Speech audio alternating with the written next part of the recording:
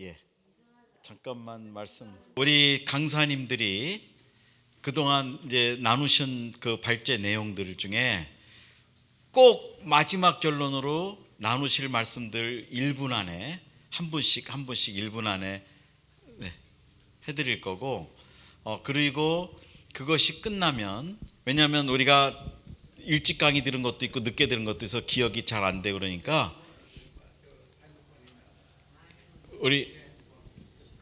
그래서 우리 강사님들이 1분 안에 본인의 그 발제 내용을 꼭 하실 말씀들을 요약해 주시고, 그거를 여러분들께서는 개인적으로 어떤 강사님의 그 강의가 나한테 꼭 필요한 내용이다, 질문이 있다 그러면은 그걸 메모를 해 주셨다가 그 강사님한테 질문을 해 주시면 그 질문도 1분 안에 해 주셔야 돼요. 그리고 그 강사님도 답을 1분 안에 해 주시고 단답형으로, 그 다음에 더 만약에 대화가 필요하시면 이따 저녁 식사하시거나 얼마든지 또 시간이 이후에 있으니까 그때는 좀 더 깊은 대화, 사역으로 연결되는 대화들 그렇게 하시면은 30분 정도 시간이죠.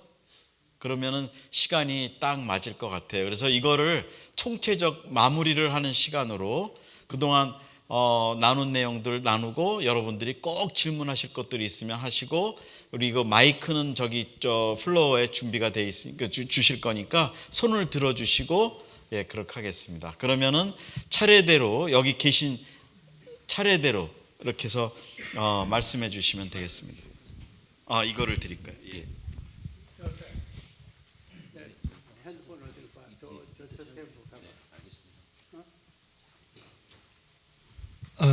저는 아무래도 2세 사역을 하고 있으니까요. 저희 은혜의 교회의 존재 목적이 선교이기 때문에 그 교회의 비전을 2세들에게 계속해서 주입하는 것, 도전 주고 비전 주는 것에 전력을 다했고요. 그 다음에 이제 EM이 KM과 공존해야 되는 그 이유를 교회가 물어봐야 될 것 같아요. 이민교회는. 근데 이제 KM이 EM이 필요한 이유가 교육부 때문에 주로 많이 필요하잖아요. 왜냐하면 은혜가 되지 않기 때문에 교육부의 교사들이나 봉사자들이 EM에서 동원이 되어야 되기 때문에 주로 그렇게 많이 KM이 EM을 이용하려고 할 때 같이 공존하는 데 힘들어지는 것 같습니다. 그래서 같이 공존을 하려면 비전을 같이 나누어야 되기 때문에 저희 교회는 선교가 비전이기 때문에 그 선교의 비전을 주입해 주는데 총력을 다한 것 같고요.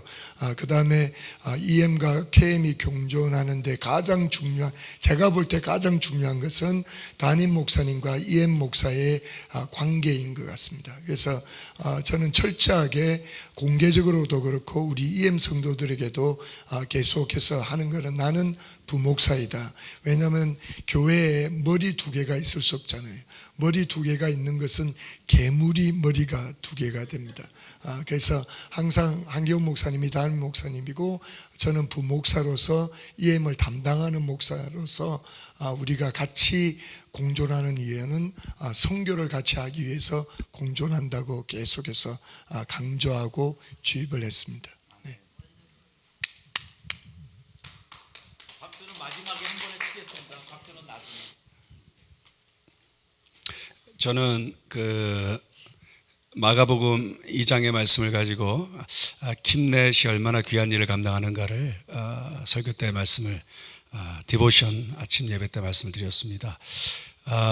연합운동이잖아요. 연대운동이고 하나의 플랫폼을 깔아서 교회와 그리고 또 선교기관들이 아우러져서 정말 선교계를 섬기고 또 선교사를 섬기는, 특별히 코비드뿐만 아니라 격동하는 이 시대의 변화 가운데서 더욱더 연합운동의 필요성이 얼마나 중요한지, 마치 중풍병자를 들어준 내 친구와 같이 킴넷의 역할이 그렇고 그 사역이 계속해서 계승되어 이양되어져서 앞으로 우리 한인사회 또 디아스포라가 감당해야 된다. 이제 그런 취지로 마가복음 2장을 말씀드렸으며, 특별히 이제 한 번도 지나가보지 못했던 그 길을 걸어가는 데 있어서 여호수아에서 은혜를 받고 그 말씀 붙들고 참 어떻게 이 지나가보지 못한 길을 성공적으로 여호수아가 모세의 리더십을 이양받아 갈 수 있었는지에 대한 그 두 가지 주목해야 될 내용, 거룩과 성결의 문제, 그리고 또 하나는 언약궤 그 말씀, 다시 말해서 본질이 이긴다라는 내용을 가지고 은혜를 좀 나누었습니다. 더 나아가서 이제 이 지금 KM, EM 또 다음 세대, 다음 또 이렇게 이양되어져야 될 이 과업에 있어서 저희들이 꼭 그 기억해야 될 이제 몇 가지 이 시대의 긴급성, 그래서 Great Return을 이야기했습니다. 정말 얼마나 긴급한 시대에 살고 있어요. 그 긴급한 시대에 마라나타 성도로서 주의 길을 예비하는 그 시대의 정신을 갖자. 그리고 그것을 감당하기 위해서 대추수를 위해 연합을 하자. Great Unity에 대해서 얘기했고요. 또 모든 견고한 진을 파하는 하나님의 능력을 의지하면서 기도로 돌파해 가자는 이야기를 했습니다. 무엇보다도 저희들이 참 우리보다 더 큰 비전을 가져야 된다라는 말씀을 좀 드리고 싶었어요. 우리보다 이 다음 세대 KM이든 EM이든 이 정말 여러 가지로 다른 세대, 다른 문화, 다른 언어권을 초월할 수 있는 그 무언가는 바로 선교다. 그래서 이 선교로 풀어가면 우리가 하나님 꿈 안에서 하나 될 수 있다. 이제 이런 부분을 붙들고 같이 좀 고민하면서 다음 세대, 특별히 우리 킴넷이 추구해야 될 다음 세대의 이양에 대해서 고민하면 좋겠다 말씀을 나누었습니다. 저는 그림 1:1 전도 양육 사역에 대해서 말씀을 드렸는데, 첫 번째 그림이 중요하다. 우리가 그림이나 명화, 사진 이런 걸 볼 때 구도가 좋다, 색깔이 좋다 이런 거 따지기 전에 감동부터 받거든요. 야, 멋있다, 아름답다. 그 사진 보니까 옛날 추억이 떠오른다. 그래서 감동을 받아요. 그래서 그림이 주는 아주 중요한 역할은 이해도 잘 되게 하지만 감동을 받고 상상하게 한다는 것입니다. 복음 안에 있는 자기를 상상하고 복음이 없었을 때 이렇게 됐다는 걸 상상을 해서 그림으로 복음을 전도할 때 사람들이 많이 웁니다. 영접하는 사람 중에 약 저희 집사람의 경우는 95%, 99%가 울더라고요. 한두 시간씩 그렇게 울고, 그래서 그리고 완전히 정말 그 다음 주일날 교회에 오는 얼굴 자체가 달라져요. 안내위원들이 저분 예수님 영접했구나, 그림 일대를 했구나, 그렇게 표시할 정도로 달라지는 거예요. 그래서 그림이 참 중요하고 1:1이 또 중요하다. 어떤 분은 1:1 하면 약간 반감을 갖습니다. 이 세계 그 수많은 영혼들을 어떻게 한 사람씩 전도해가지고 어느 세월에 세상을 복음화 하겠느냐. 근데 한 사람이 아니고 100명 혹은 한 교회, 한 도시를, 한 나라를 바꿀 수 있는 일당백의 능력자를 하나 만드는 겁니다. 키워내는 겁니다. 근데 이 사역은 예수님이 직접 그렇게 하셨습니다. 예수님께서 기적을 행하시고 또 그 주옥 같은 말씀을 전하실 때 구름대 같은 사람들이 모였지 않습니까? 오병이어 사건 때도 거의 한 15,000명, 2만 명이 모였는데, 그런 일을 다 하신 후에 그들이 다 돌아간 다음에 제자들을 따로 불러서 말씀하기를, 너희에게는 하나님 나라 비밀이 허락되었지만 외인에게는 이것이 비밀로, 비유로 감춰졌다, 이렇게 말씀하셨습니다. 그러니까 와가지고 말씀 듣고 감동받고 기적을 보고 예수님 막 사랑해서 따라다녔던 사람들을 예수님은 죄송하게도 외인이라고 구분을 하셨어요. 너희와 외인. 그래서 예수님도 수많은 사람들에게 만남을 장을 만드시고 다양한 여러 가지 능력 사역이나 말씀 사역이나 또 구제를 통해서 여러 가지 구제 사역도 하시고 문화 사역도 하셨지만은, 이 그림 1:1은 문화 사역이 쓸데없다는 게 아닙니다. 문화 사역이나 관계 중심의 전도를 해서 많은 사람들을 모이게 해야 되지만, 만남이 필요하지만, 만난 다음에 그 사람들을 1:1로 누군가가 복음을 전해서 컨펌을 시켜줘야 된다는 것입니다. 그들이 외인으로 돌아가지 않고 너희가 되게끔, 제자가 되게끔. 제가 보니까 사도행전에도 예수 너무 많이 갔나요? 예. 하나만 더. 빌그람이 1년에 2만 명을 전도할 수 있는 능력이 있어서 그렇게 전도하고 목회를 했다고 하면 예수님 공생의 기간 동안에 약 2만 명 곱하기 33년 하니까 66만 명을 전도할 수가 있습니다. 그런데 도슨 트로트맨 스타일로 제자 삼고, 예수님 스타일로 제자 삼고, 이렇게 해서 한 사람이 제자 삼고 그 다음에 또 제자 삼고, 그렇게 하면은 1이 2이 되고 2이 4가 되고 4가 8이 되고 이렇게 멀티플리케이션이 이루어지게 되는데 33년 지나면 89억을 전도하면서 동시에 제자화도 할 수 있습니다. 예수님은 모든 족속으로 제자 삼아라, 1대1로 제자 삼아라 하시고, 또 성령의 말씀 능력 받은 너희가 내 증인들이라, 두 가지 다 말씀하셨어요. 그래서 저는 도슨 트로트맨 스타일과 빌리그람 스타일을 합치는 것이 예수님 스타일이다. 그러면 D 첫 자마다 D, B, G, 디비지는 겁니다. 예, 감사합니다. 그런 역사가 일어난다는 거예요. 우선 1대1 동역 선교는 교회에 굉장히 효과적이다라는 것을 저희들이 입증이 됐고요. 또 선교를 하고 싶어하는, 또 선교에 협력하고 싶어하는 우리 성도들에게 1대1로 현장 선교사와 또 후방에서 나도 후방 선교사다라는 책임을 가지고 연결시켜주는 고리를 교회의 당회나 선교부가 교회 선교를 하되 개인들에게 그런 챌린지를 준다면은 한 가정에서 한 개인이 참 평생 선교사로 한 선교지와 또 선교사와 함께 동역할 수 있는, 또 거기에 대한 여러 가지 간증과 또 아름다운 자부심을 가질 수 있게 하는 1대1 동역 선교야말로 오늘날 우리의 교회 가운데 한번 적용해 볼 수 있는, 또 여러분 한 가정 또 개인마다 선교사가 받을 그 엄청난 상을 나도 선교사님과 함께 기도하고 물질로 사랑으로 동역함으로 말미암아 나중에 주님 앞에서 그 상이 나에게도 동일한 상으로 나타날 수 있다라는 그런 비전과 꿈을 우리 성도들에게 심어줄 때에 평생 선교사로 지금 시작한다면은 내가 참 마지막 숨질 그때까지 하나님 앞 평생 선교사로 산다라고 하는 그 1대1 동역 선교에 대한 패러다임에 대해서 여러분들에게 소개를 했습니다. 지금 이렇게 저희들이 해보니까 선교하고 싶어하는 그 많은 성도들에게 그런 물고만 교회에서 딱 던져준다면은 한 가정이, 한 개인이 한 선교사와 1대1로 동역 협력할 수 있는 그러한 아름다운 선교 부흥을 교회 내에 만들 수 있다라는 말씀을 드렸습니다. 아멘. 감사합니다. 예, 저는 구약과 신약의 그 성경에 보면은 동역과 케어를 어떻게 했는지를 우리에게 보여준다라고 말씀을 드렸고, 그리고 지금 디아스포라 교회들도 서로 동역을 할 때 하나의 선교단과 같이 놀라운 일들을 할 수 있다라고 하는 것을 말씀을 드리고, 그리고 아무리 선교의 동원이 된다 할지라도 그들이 정말 예수 그리스도의 생명을 가지고 있지 않다고 한다면 오히려 선교에 방해가 된다. 그래서 그들을 정말 예수 그리스도의 생명을 가지고 있는 그런 존재들로 바꿔줘야 된다.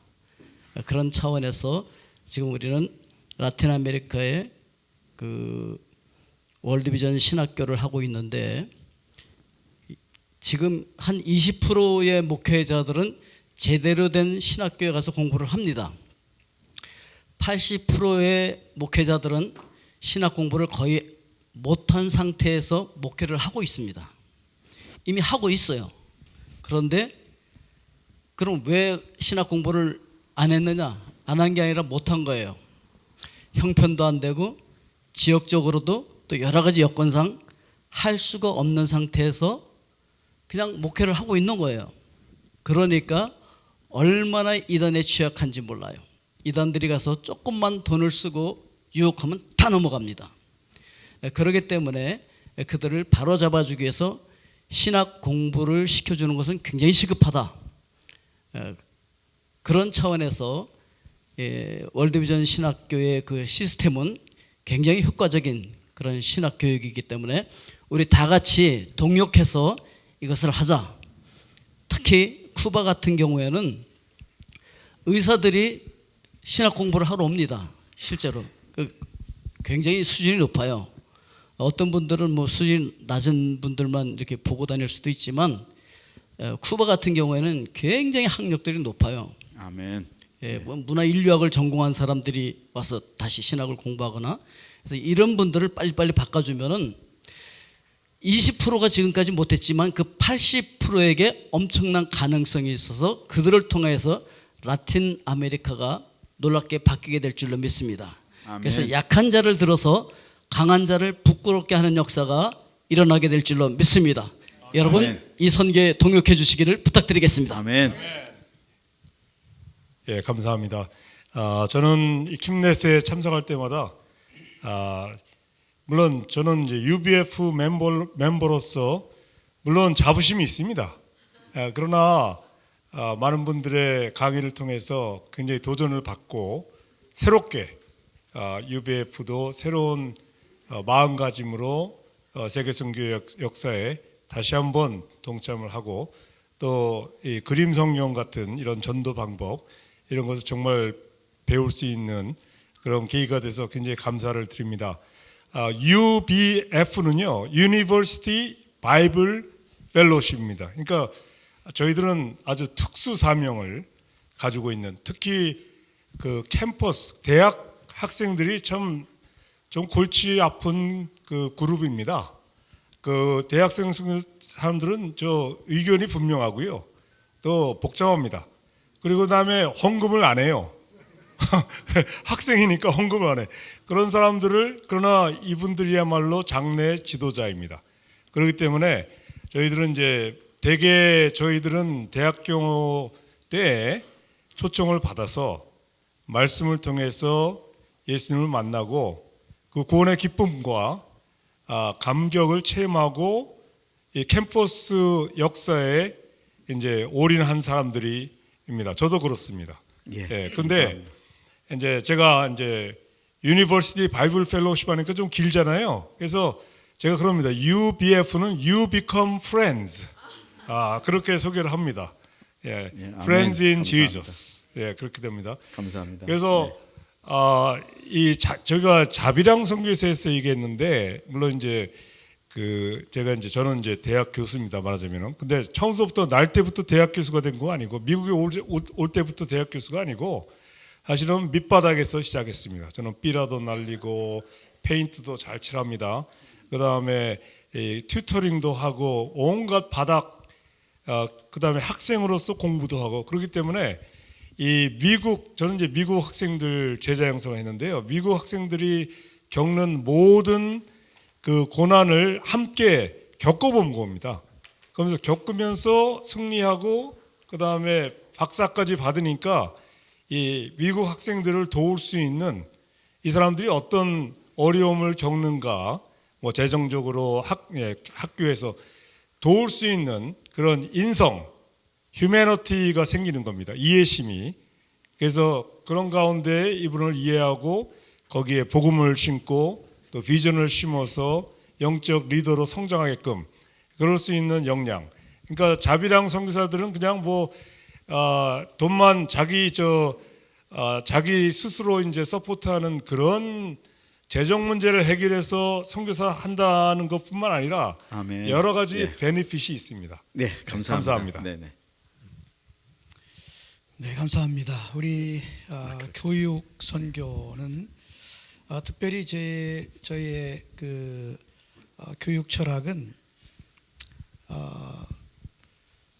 잠재력을 최대한 개발하고 이를 전문화시키고 또 응용화할 수 있는 능력을 배양하는 데 저희는 중점을 둡니다. 지도자로서의 책임감을 효과적으로 실천할 수 있게 하고 시대적인 상황, 개인적인 삶, 그리고 지도자로서의 사명을 심도 있게 이해하도록 돕는 교육입니다. 특별히 우리 이제 기독교적인 입장에서 보면 학생들은 하나님의 인도하심과 축복 속에서 이루어져가는 성취를 느껴야 되고, 또 이 성취에 대해서 감사할 줄 알아야 되고, 또 사회에 봉사할 수 있는 이런 사람이 되어야 한다. 그래서 우리 성경에서 말하는 것처럼 너희는 세상의 빛과 소금이다. 자, 이런 역할을 감당하는 미래의 지도자로 성장할 수 있도록 도전을 주는 것이 저희 교육의 목표입니다. 아멘. 감사합니다. 네. 여러분 아시는 대로 가장 무서운 병은 어떤 병일까요? 자기가 걸린 병입니다. 그죠? 자기가 고통당하는 게 어떤 것이든 가장 무서운 병인데, 누가 무슨 말을 해도 다 중요한 얘기지만 우리의 모든 자의 공통적인 꿈은 하나님 나라가 이 땅에 오는 것, 나의 킹덤 컴입니다. 그런데 선교라는 것 없이 하나님 나라가 온다는 것은 불가능합니다. 그렇죠? 이 불가능하는 일에 도전을 줄 수 있는 것은 이 땅에 정치도 아니고 경제, 사회, 문화, 교육 어떤 것도 아닌데 교회가 희망입니다. 아멘. 교회밖에 유일하게 이 땅에 희망이 없습니다. 근데 이 교회가 선교를 모른다면 그건 교회는 희망이 아니죠. 참 놀라운 것은 동원 사역을 하면서 느끼는 것은 어떤 것이냐면 정말 많은 사람들이 선교를 모른다는 겁니다. 근데 뭐 교회가 이 선교를 깨달아서 선교적 교회가 되는데, 저는 선교 단체도 필요 없다고 생각합니다. 교회가 선교 단체 노릇까지 다 해서 전문성을 가지면 은혜 한인교회처럼, 한국의 오누리 교회처럼, 그리고 몇 개의 그 선교적인 교회가 그 일을 다 담당합니다. 원래 선교 단체는 성경에 없어요. 이것은 새로 만들어진 단체이지, 전문 기관이지. 근데 교회가 그 일을 다 할 수 있다면 더 효과적이고 효율적인데, 제가 해보니까 거듭나면 천국 갑니다. 그렇죠? 근데 선교는 2번 거듭나야 보입니다. 예, 참 놀라운 일이에요. 한 번 거듭나면 천국 가지만 2번 거듭나면 선교가 보입니다. 나 이런 교회가 이걸 깨달아서 교회가 유일한 희망인데, 선교를 통해서 올 수 있는 하나님의 나라, 다른 방법이 없어요. 선교 없이는 올 수가 없어요. 정치, 경제, 사회, 문화, 교육, 과학 어떤 것도 희망이 없어요.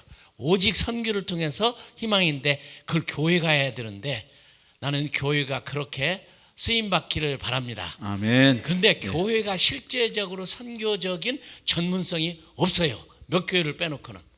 나는 그래서 목사님들이, 물론 잘못은 신학교에 있다고 생각합니다. 신학교에서 잘 가르쳤으면 이런 일 없을 텐데, 특별히 은혜교회에서 이렇게 멋진 교회에서 이런 킴넷을 이런 대회를 하게 됐는데, 컨퍼런스를 하게 됐는데, 앞으로도 이런 모양을 교회가 배워서 우리 세대에 주님 오셨으면 좋겠습니다. 아멘. 아멘. 네, 감사합니다.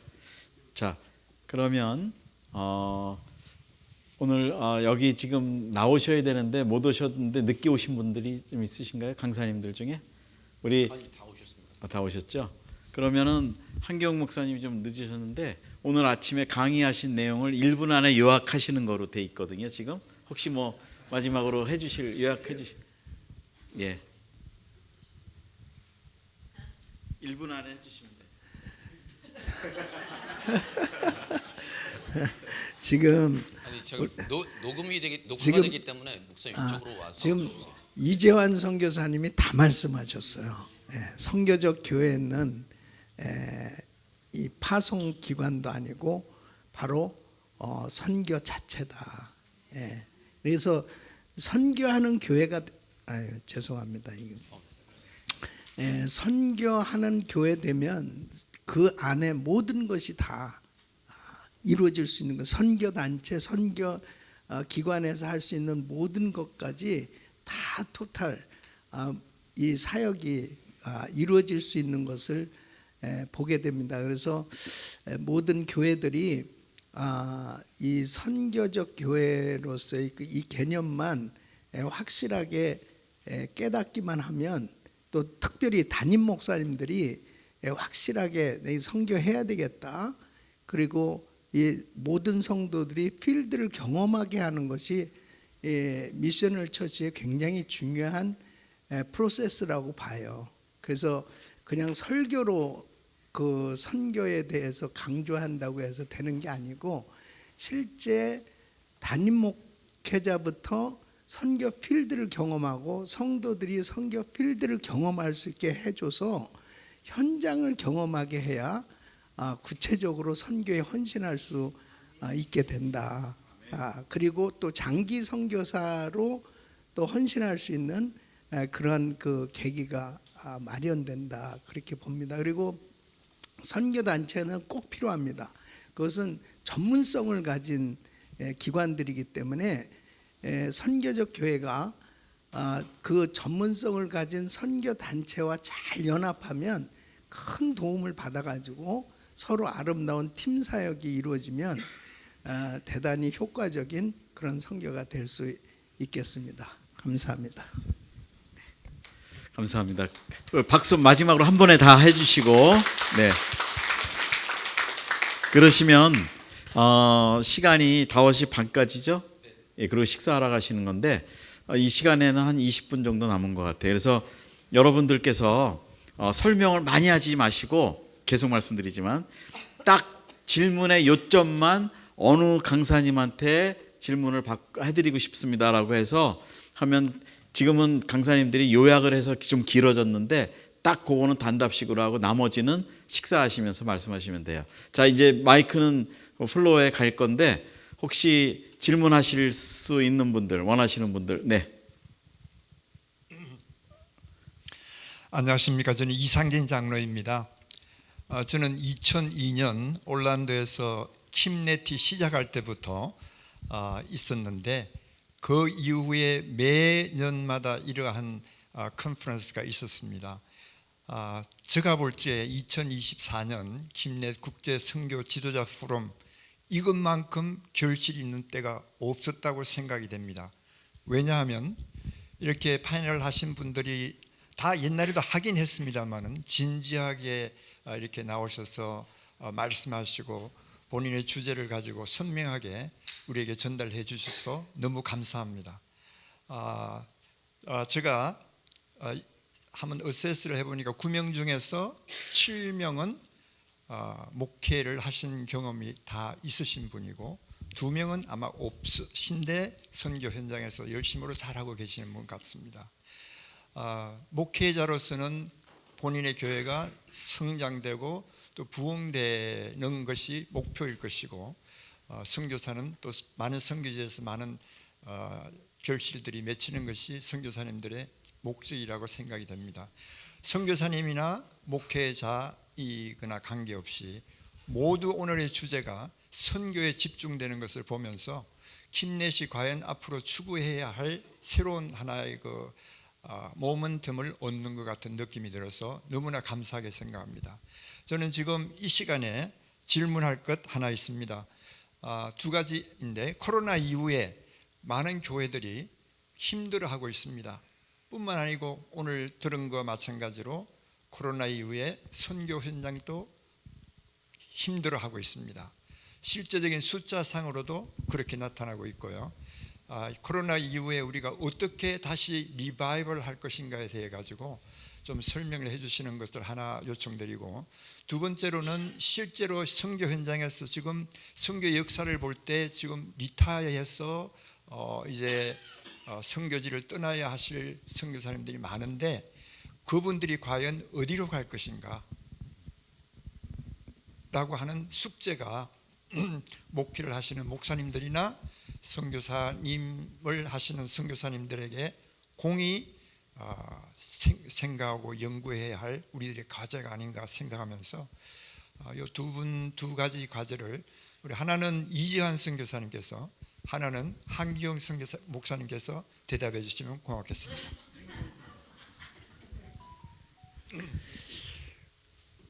그 성경에서 보면은 이제 오순절날 성령이 임하심으로 강림하심으로 인해서 이제 초대교회가 세워졌거든요. 그때 분명히 주님께서 오직 성령이 너희 임하시면 권능받고 예루살렘 온 유대 사마리아 땅끝까지 내 증인이 되리라. 그 말씀 그대로 그들이 이제 나가서 복음을 전하면서 구체적으로 이제 선교가 이루어졌는데, 역사적으로 보면 사실은 그 이 지배 계급을 향해서 선교했단 말이죠. 어떤 면에서는 세상적으로 보면 가난한 자들이 부유한 자를 향해서 선교했던 것을 보게 됩니다. 그러니까 사실은 미셔널 처치가 되어지면 그 자체가 하나님께로부터 세상을 향해서 파송된 그 교회가 바로 그 자체가 선교란 말이죠. 그러니까 팬데믹이 아니라 무슨 환난과 시험이 온다 하더라도 우리 교회의 존재 이유 목적이 선교라고 하는 것을 분명히 안다면 어떤 환경 가운데서도 선교는 할 수 있다는 거죠. 그래서 우리 교회에서도 이게 단기 선교팀 나가는 사람들 보면 저는 알잖아요. 우리 교회 뭐 없는 사람들이 다 여기 서 있는 거야. 무슨 뭐 대단하게 무슨 뭐 그 사업을 하는 사람들은 거의 없고, 맨 뭐 이렇게 내가 볼 때는 저 가도 되나 이런 사람들이 그 자리에 서 있어요. 그러니까 벌써 이게 선교 마인드를 가지니까 뭐 심지어는 자동차까지 팔고, 예? 그냥 잡을 내려놓고 그냥 가요. 예. 그러면은 이게 그 다음에 어떻게 사나 궁금하잖아요. 잘 살아요. 예. 그러니까 이게 선교는 뭐가 있어가지고 되는 게 아니고 준비해서 되는 게 아니고 성령이 임하면 증인이 된다. 그러니까 어떤 상황 가운데서도 복음은 전해져야 되고 이 선교는 멈출 수 없는 것이다. 그래서 저는 어떤 상황 가운데서도 교회가 정말 이 목회자들이 성령 충만, 우리가 목회하는, 저는 이제 목회자니까 내가 목회하는 교회 성도들이 선교를 아무리 강조하기보다는 그냥 성령 충만 받게 하면, 성령 충만한 성도가 되면 성령님이 이끄셔서 증인되도록 선교하도록 인도하신다, 그렇게 생각합니다. 아멘. 예, 이상진 장로님이 아주 귀중한 질문을 했는데요. 그 대답을 하려고 하면 제가 하나님이면 대답을 잘할 수 있을 것 같은데 어렵지만 제 견해로 말씀을 드린다면 우리가 오해하는 게 하나 있는데요. 제가 한 3,000명 좌석을 가진 교회에 집회를 갔는데 그 교회 장로님이 기도가 하나님 우리 빈자리를 채워주세요 라고는 기도를 했는데, 끝난 다음에 내 당회장 목사님을 만나서 이렇게 했습니다. 목사님, 죄송하지만 이 교회 자리 채우려면 옆 교회 문 닫아야 됩니다. 왜 팬데믹이나 특별히 하버드 대학의 카이뎀 여자 교수가 쓴 요즘에 유명한 책이 네블스 네버 슬립이라고 하는 책이 있습니다. 악마는 절대 잠들지 않는다. 전쟁, 난리, 소문, 이 모든 것들이 다 악마가 하는 일이다. 그런데 해결책으로 그 여자가 재밌는 얘기를 했어요. 여러분 집에 왜 우산이 있느냐? 비가 오니까 있죠, 그렇죠? 그렇다면 우리도 비가 오는 미래에 어려움이 있다는 것을 안다면 준비하는 삶을 살아야 되지 않겠느냐. 그리고 사도행전 2장 17절에서 21절 사이에 있는 말세의 나의 영을 모든 육체에 부어주리니 많은 분들이 교회의 숫자적인 부흥을 기대합니다. 근데 끝절을 보면 그게 아니에요. 여러분, 마지막 때는 어떤 일이 벌어지냐면 태양이 빛을 잃고 달이 핏빛처럼 녹으며 별이 설익은 무화과 나무의 열매가 떨어지는 것처럼 떨어지면 누구든지 주의 이름을 부른 자는 구원을 얻는다 그랬습니다. 우리 황상주 박사님 어제 저녁에 지금은 씨를 뿌리는 그런 시기가 아니다. 추수 때에는 사랑하는 여러분, 봄이 아닙니다. 저는 숫자적인 부흥을 기대하지 않습니다. 추수 때에는 가리는 겁니다. 반반을 가르든 3분의 1을 가르든 6분의 1을 가르든, 이사야는 6분의 1, 에스겔은 스가랴 선지자는 3분의 1, 그리고 열처녀의 비유는 2분의 1입니다. 추수 때는 가리는 겁니다. 그러니까 하나님은 절대로 손해를 보지 않는데 두 가지 의미가 있어요. 이렇게 교회가 어려움을 선교를 당하는 것은 먼저 우리의 허물입니다. 그러나 동시에 하나님의 절대로 손해보지 않는 하나님은 하나님의 깊은 뜻이 있어서 추수때를 가리키는 거라면 지금은 숫자적 부흥이 아니라 한 사람이 일당백을 해야 되는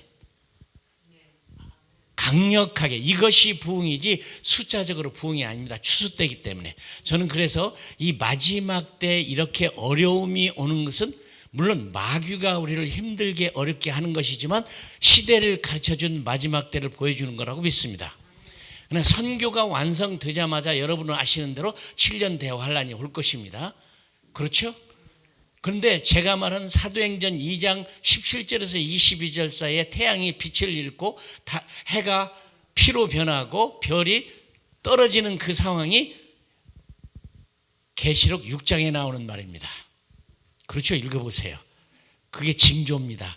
저는 이게 마지막 때이기 때문에 마지막 딱 준비는 한 사람이라도 더 구원해서 하나님의 나라 숫자를 채워서 이 땅에 오게 하는 일에 쓰임받는 일이라고 긍정적으로는 하나님이 하시는 일, 부정적으로는 우리의 허물이라고 생각하는데 그때가 왔다고 생각을 합니다. 그러므로 우리는 선교의 열정에 더 열정을 품어야 된다고 저는 대답하고 싶습니다.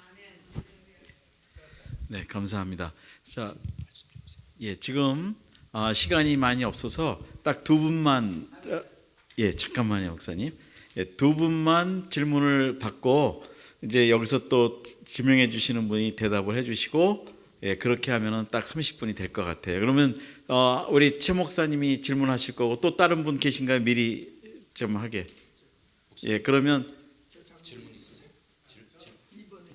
네.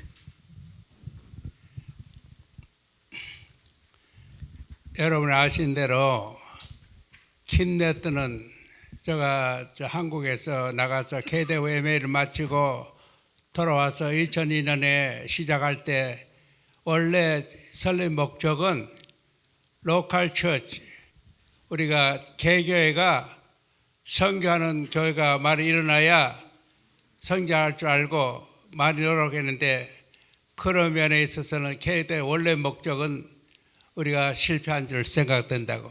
그다음에 여러 가지 트라이를 해봤다고. 그다음에 기도운동도 해봤고.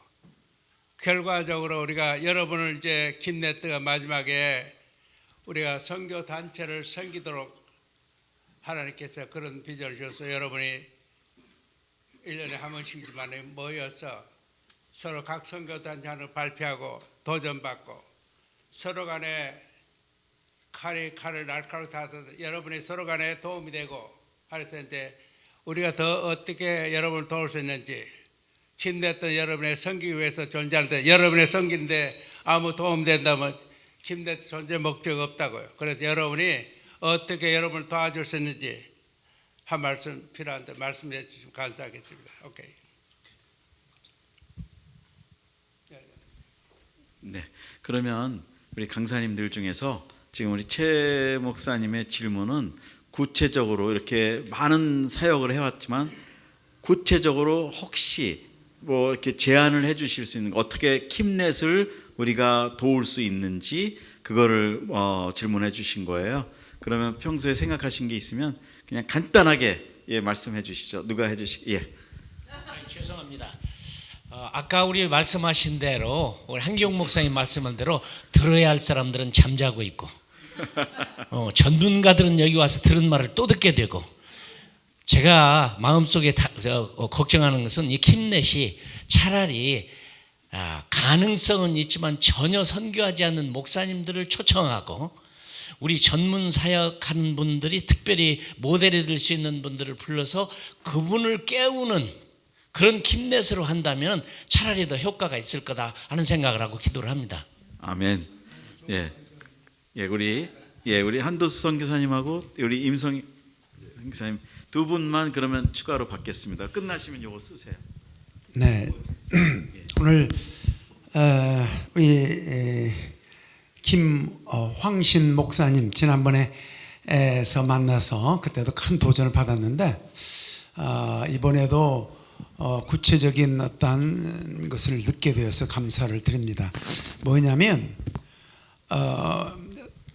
리더십 2항이에요. 사실은 얼마 전에 인도네시아에서 우리 MA 모임이 있을 때 그때 우리 한경 목사님이 이제 강의 끝나고 몇몇 모였는데 이항의 문제라고. 이항의 문제는 한인교회뿐만 아니고 선교지도 문제다. 선교사는 잘했는데 떠나면 이항할 사람이 없으니까 현지 사람의 허자니 그렇고 또 불르자니 그렇고 이항의 문제다. 그 이야기가 지금도 기억이 납니다. 오늘 한국 교회도 그렇고 미국에 있는 한인교회도 그렇고 이항이 잘못되어서 1세대는 잘했는데 그다음 2세대가 와가지고 그냥 다 말아먹고 하는 경우들 많이 본단 말이죠. 뭐 우리 바울 선교도 이제 그러한 케이스가 있기 때문에 그래서 그 한인교회 이항뿐만 아니고 선교지에서 이항. 그래서 선교사가 떠나면 그 누가 할까? 그러니까 선교사는 1세 잘했는데 지금 한국에서 이번에 시니어 선교사 대회를 지금 하다가 저는 왔습니다만은 그들이 떠나올 때 뭐 어떻게 되는가?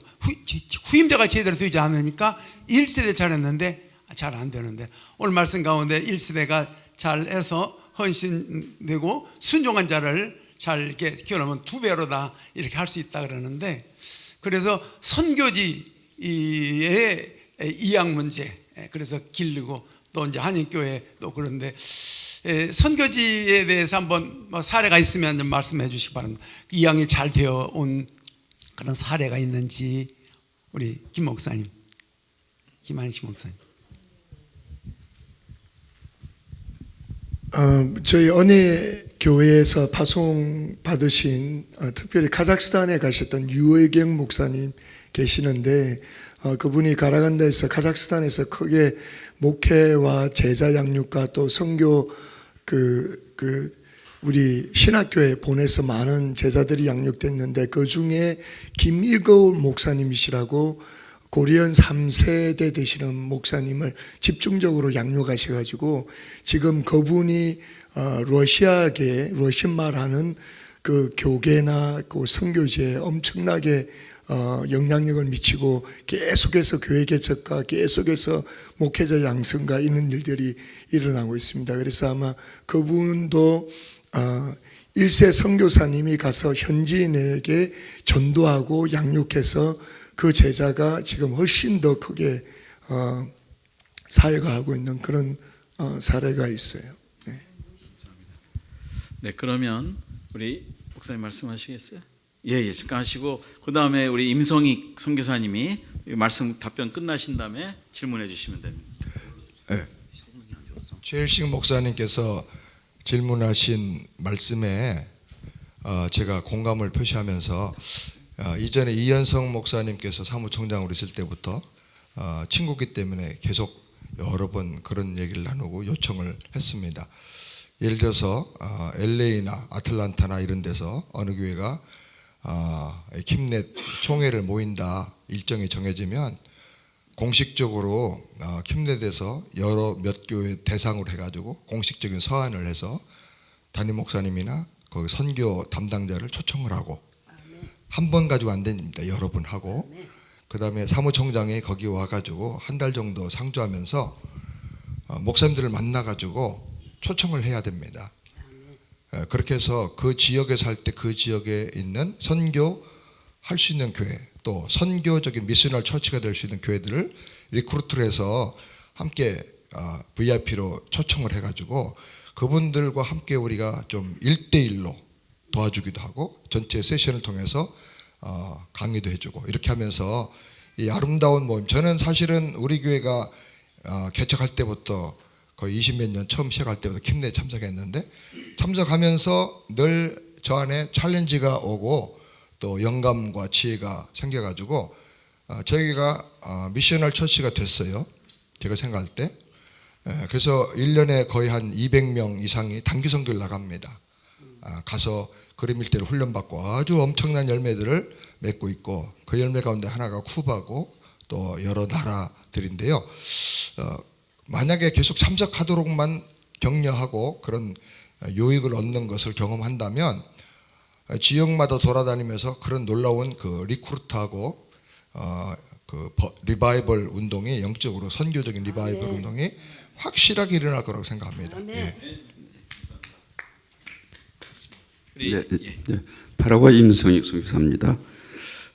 제가 단기 선교에 대해서 황 목사님 한번 말씀드리고 다른 분도 말씀하실 분 있으면 좋겠습니다만은 제가 현장 경험을 오래 있었기 때문에 그런 경험상으로 느끼는 얘기를 하는데 단기 선교만 오는데 단기 선교 효과는 현장이 선교사 입장에서 그렇게 많지 않은 것 같아요. 대부분 단기 선교사가 와서 찬양하고 도와주고 또 봉사하고 뭐 그러는데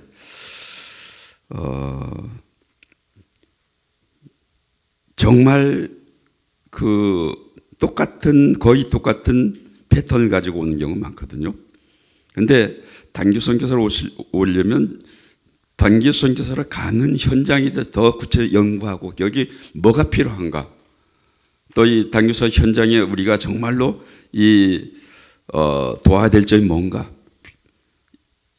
그런 걸 더 연구하고 선교사로 갔으면 좋겠다는 생각이 듭니다. 그런데 물론 단기 선교사로 갈 때는 저는 그렇게 생각해요. 단기 선교사로 가는 분들이 영성이 회복되는 것 같아요. 현장에 가면 현장에 구체적인 기도적인 제목이 생기고 현장 선교사 어려움을 현장 선교사들이 현장을 보면 그분들이 정말로 어려운 일들 내가 다시 좀 도와야 되겠다는 그런 단기 선교로 가는 사람들이 오히려 영성이 회복하고 또 다시 장기 선교사로 가게 되는 일들이 많거든요. 그래서 이 단기 선교사 갈 때 가는 사람 굉장히 좋아요. 영성이 회복되고 또 다시 하나님 나라를 위해서 헌신하겠다는 마음이 있지만은 현장에 있는 사람들은 그렇게 많이 도움을 받지 못하는 경우가 많아요. 그래서 더 현장을 보통 일적으로 많이 하거든요. 선교할 때 현장을 연구하고 또 뭐 현장이 먼저 한 사람 답사를 갔다 와서 나중에 단기 선교를 가든지 하는 그런 어떤 새로운 방법이 좀 낫지 않을까 생각하는데 한 목사님은 지금 어떻게 하시는지 듣고 싶습니다. 굉장히 중요한 그 질문이라고 저는 생각해요. 일반적으로 교회들이 단기 선교하는 그 이유가 여러 가지 목적이 있죠. 그 성도들이 선교 현장을 경험함으로 선교에 더 헌신하도록 하는데 단 선교사님들의 사역을 충분하게 동역한다. 그러니까 선교사님들에게 도움이 안 되는 사역은 사실은 그건 단기 선교로서 바람직하지 않은 거죠.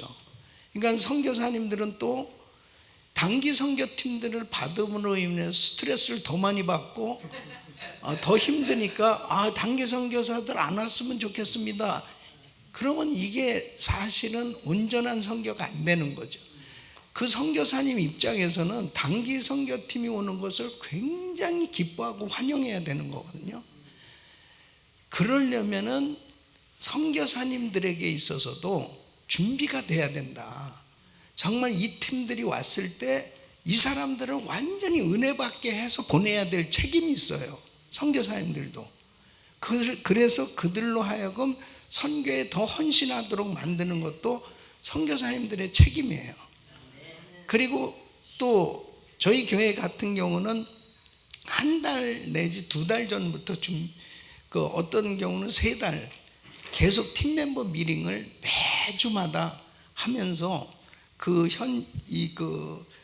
분명하게 책자를 만들고 그 나라의 간단한 언어, 그 다음에 그 선교사님들이 무슨 사역을 하고 있고 우리가 가서 어떤 사역을 한다, 이런 부분들을 충분하게 다 준비하고 또 주의할 사항, 이런 모든 것들을 해서 그야말로 단기 선교는 단기 선교사로 갑니다. 우리는 그래서 선교사님들 하여금 사역에 정말 우리 선교팀들이 와서 선교사님도 회복되고 선교사님도 보람을 느끼고 그런 사역이 되도록 한다. 이런 면으로 이제 준비하고 또 갔다 와서 또 보고하도록 그렇게 지금 하고 있습니다. 그래서 양쪽이 다 준비를 잘 할 수 있어야 이게 효과적이다. 그리고 한번 정말 그 가는 거 쉽지 않거든요. 그래서 선교사님들 입장에서는 잘 활용을 해야 될 필요가 있거든요. 이분들을. 그래서 그런 부분들이 잘 준비되면 그 교회로서는 큰 선교에 정말 불을 받게 되어질 수 있는 좋은 기회다. 그렇게 생각합니다. 예, 감사합니다. 이번 세션은 이것으로 마치겠는데요. 여러분 계속적인 개인적인 그 연결이나 그 질문들은 지속적으로 좀 해주시면 감사하겠습니다. 개인 레벨에서 해주시고 이것이 우리 킴넷을 계속 발전시키는 방향을 정하게 될 것입니다. 우리 주님께 감사하고 찬양의 박수 한번 마치겠습니다.